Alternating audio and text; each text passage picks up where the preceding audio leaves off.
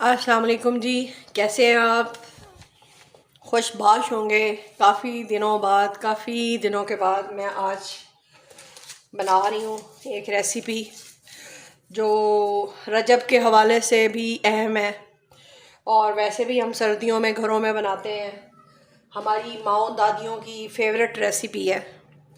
तो उसके लिए मैंने लिया है जी 1 kg आटा। आटा जो है वो फाइन क्वालिटी का लें, और इसमें जो है फाइन क्वालिटी से मुराद के आटा वैसे भी अच्छी किस्म का ही खाना चाहिए। कुछ लोग खुद गंदम लेके पिसवाते हैं, कुछ मार्केट में जो अच्छे ब्रांड्स होते हैं उसका लेते हैं। मैं सनरिच लेती हूँ। तो इसमें जी मैं सबसे पहले डालूँगी सॉल्ट। 1 kg आटा है, इसमें मैं ये सॉल्ट थोड़ा सा डालूँगी, ये just to enhance the flavour, ½ teaspoon, ठीक है। और इसमें मैं ज़ीरा डालूँगी 1 टेबलस्पून फ्लैट, ठीक है। ये हो गया। अब मैं इसमें डालूँगी जी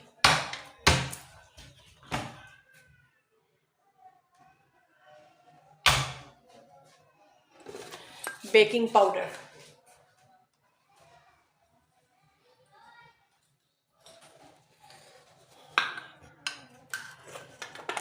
बेकिंग पाउडर मैं इसमें डालूँगी ये 1 चम्मच। थोड़ा सा और डाल देती हूँ। ये मैंने इसमें बेकिंग पाउडर डाला। अब इसमें मैं ऑयल डालूँगी। ये मैंने 1 कप लिया है, लेकिन मैं 1 कप सारा नहीं डालूँगी, मैं इसको हाफ़ डालूँगी, ठीक है। और मैं इसको ऐसे करके चेक करूँगी कि हो सकता है ½ कप काफ़ी हो। ऑयल है ये, लोग घी में भी बनाते हैं, तो ना ज़्यादा होना चाहिए इसमें घी और ना कम होना चाहिए। कम होगा तो सख्त बनेंगे, और अगर ज़्यादा होगा तो इनके टूटने का डर होता है। तो ये चक्कर है। तो मेरे व्लॉग का काफ़ी लोगों को बड़ी शिद्दत से इंतज़ार था, मुझ तक पैगाम पहुंचा, तो मैंने कहा जी फटोफट कुछ बनाया जाए कि लोग हमारी बातें सुनते हैं, प्यार करते हैं, तो उनकी बहुत मेहरबानी कि वो सुनते हैं और प्यार करते हैं, गौर करते हैं। तो गुड। ये जी मेरे ख्याल में ½ कप से थोड़ा सा ऊपर मैंने डाला है, बस पूरा कप नहीं डाला इसमें मैंने, ठीक है। अब हम इसमें शुगर डालेंगे, और शुगर मैं तो अब डाल रही हूँ अंदाज़े से, लेकिन हम इतनी डालेंगे कि ये मीठे भी हो जाएं और बहुत ज़्यादा भी ना हो शुगर। ये तकरीबन 1 किलो आटा है, तो इसमें ½ kg के करीब जो है वो शुगर जाएगी, ठीक है। अब मैंने इस सारे को मिक्स कर देना है, और इसके बाद मैं इसको नीम गर्म पानी के साथ गूंथती हूँ। तो फिर मैं आपको दिखाती हूँ कि इसको कितना नरम गूंदना है, कितना सख्त गूंदना है। और ये अब देखें कि ये सारा कुछ जब मैंने मिक्स कर लिया है, तो ये हमने ऐसे किया, तो ये देखें, ठीक है। ये नहीं कि ये बन गई है, ये ऐसे कच्ची सी, ये तो ये इतना होना चाहिए घी, बस।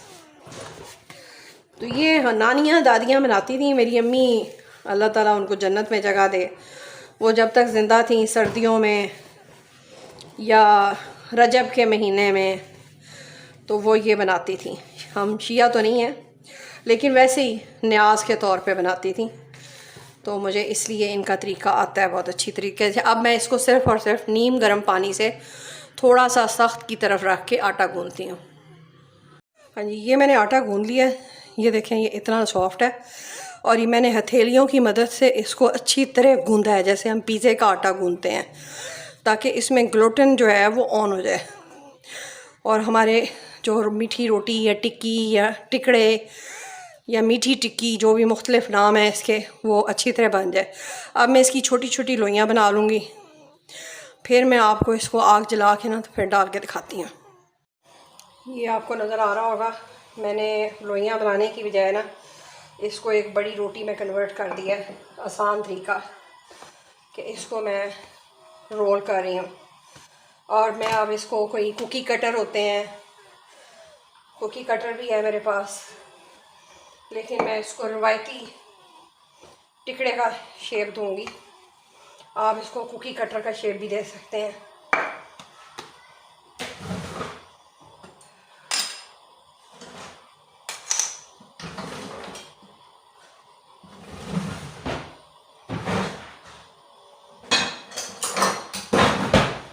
जी, ये मेरे पास हार्ट शेप भी है और ये मेरे पास एक इस तरह का भी है। तो ये मैं कुछ ऐसे काट लूँगी। ठीक है। एक और बात मैंने करनी थी, मुझे असल में व्लॉग बनाने का बेसिक मकसद भी ये था कि मैंने इंजीनियर अली मिर्ज़ा साहब को सुना और मैं काफ़ी अरसे से उनको सुन रही हूँ और मेरी तरह के मिलियंस फॉलोअर्स हैं उनके, और हम काफ़ी चीज़ें उनकी दीन की फ़ॉलो करते हैं। लेकिन आपको याद हो कि अल्लामा ताहिर कादरी साहब, जिनकी बड़ी रिस्पेक्ट थी हमारे मुआशरे में, अभी भी है, उनका मदरसा भी है, उनके पास नाम भी है, शेखुल इस्लाम भी बन गए, वो सारा कुछ हो गया। लेकिन आपको पता है कि सबसे ज़्यादा लॉस उन्हें तब हुआ जब उन्होंने पॉलिटिक्स ज्वाइन की।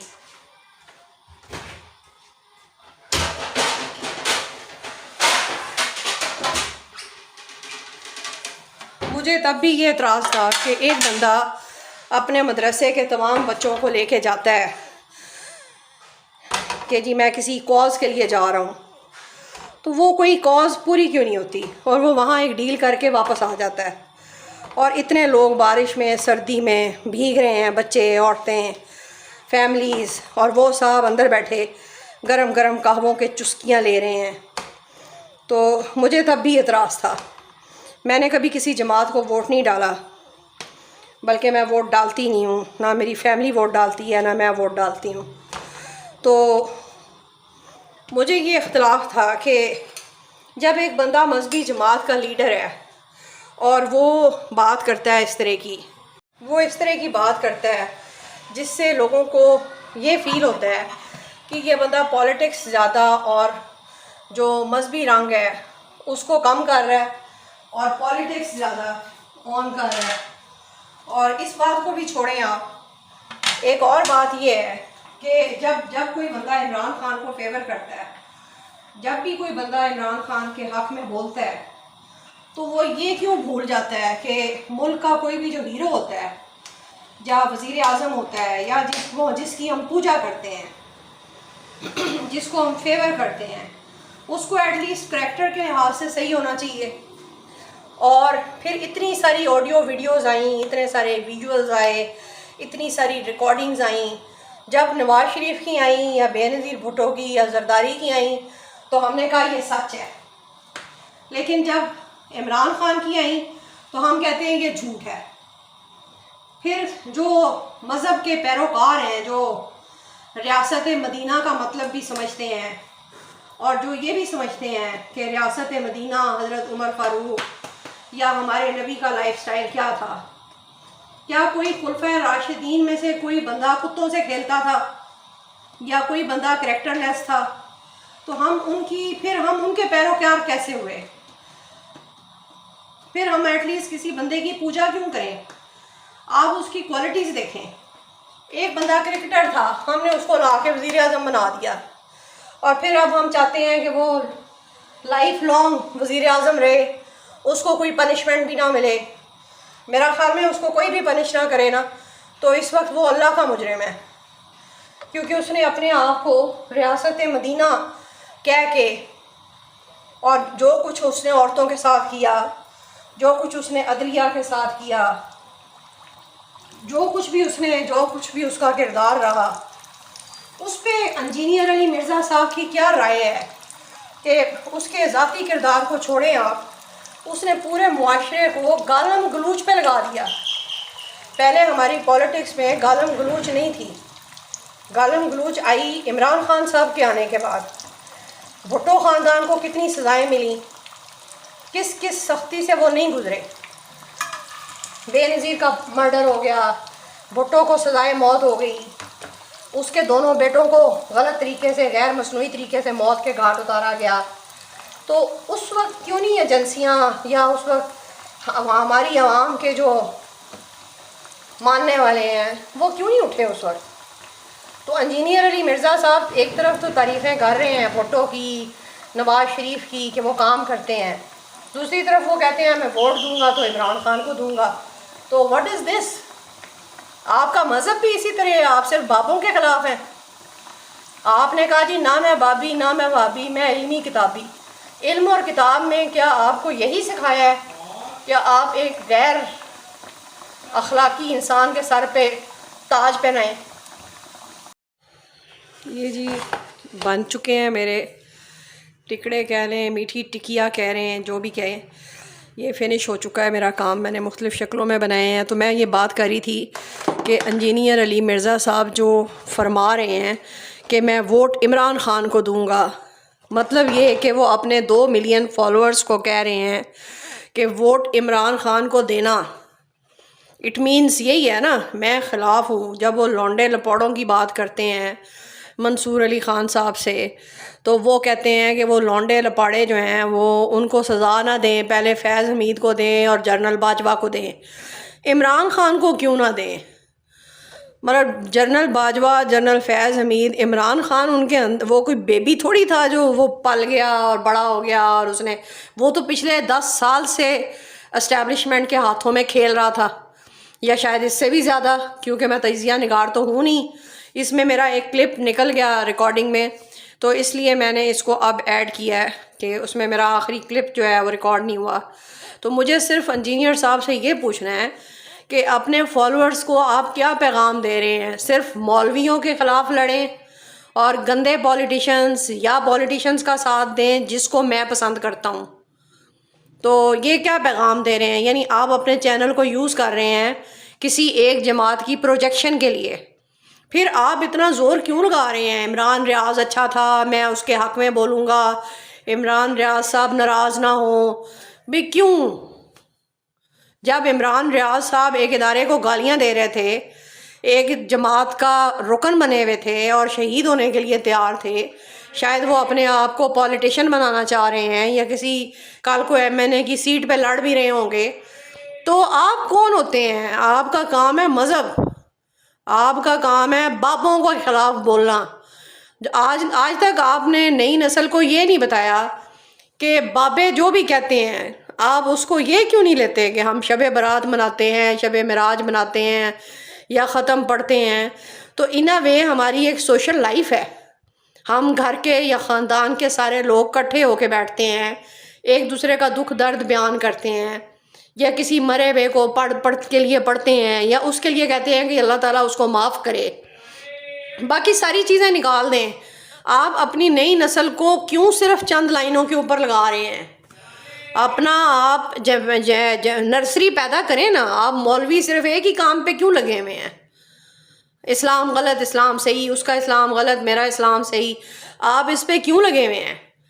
आप नर्सरी बनाएं। आपके इतना फॉलोअर है, 2 मिलियन फॉलोअर है आपका, या 8 मिलियन फॉलोअर है आपका, आप उनको कहें जी मेहनत करें, ऊपर आएँ, आके काम करें। नवाज शरीफ और बेनज़ीर और इमरान खान क्यों?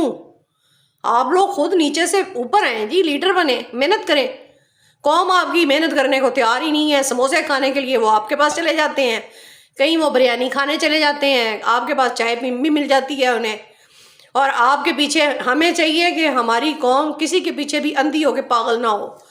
आपको लोगों ने बहुत ज़्यादा फॉलो किया, आप तकब्बर में आ गए और आपने एक जमात को प्रोटेक्ट करना शुरू कर दिया, और पता नहीं कब से कर रहे हैं। आपने एक जुर्म किया। पहले आपने अपने 2 मिलियन फॉलोअर्स को कहा कि इमरान खान को वोट डालो, फिर भी आपका इमरान खान खुद नहीं आया, वो किसी के कंधे पे चढ़ के आया। अब आप फिर कह रहे हैं कि मैं वोट तो इमरान खान को डालूंगा, लेकिन इमरान खान साहब इतने गलत हैं। तो ये जो बंदा गंदा होता है करैक्टर के हिसाब से भी, दूसरे हिसाब से भी करप्ट होता है, या नवाज शरीफ है या जरदारी है या सारे, तो सिर्फ वो इज्जतदार होते हैं।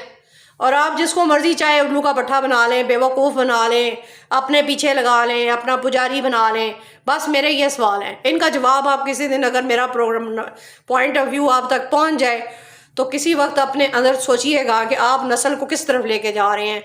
इसके साथ ही अल्लाह हाफिज़। और खुश रहें, आबाद रहें, और प्लीज़ अपनी अक्ल का इस्तेमाल करें। अंधाधुंध किसी की भी पैरवी ना करें, वो ख्वाह कोई भी हो।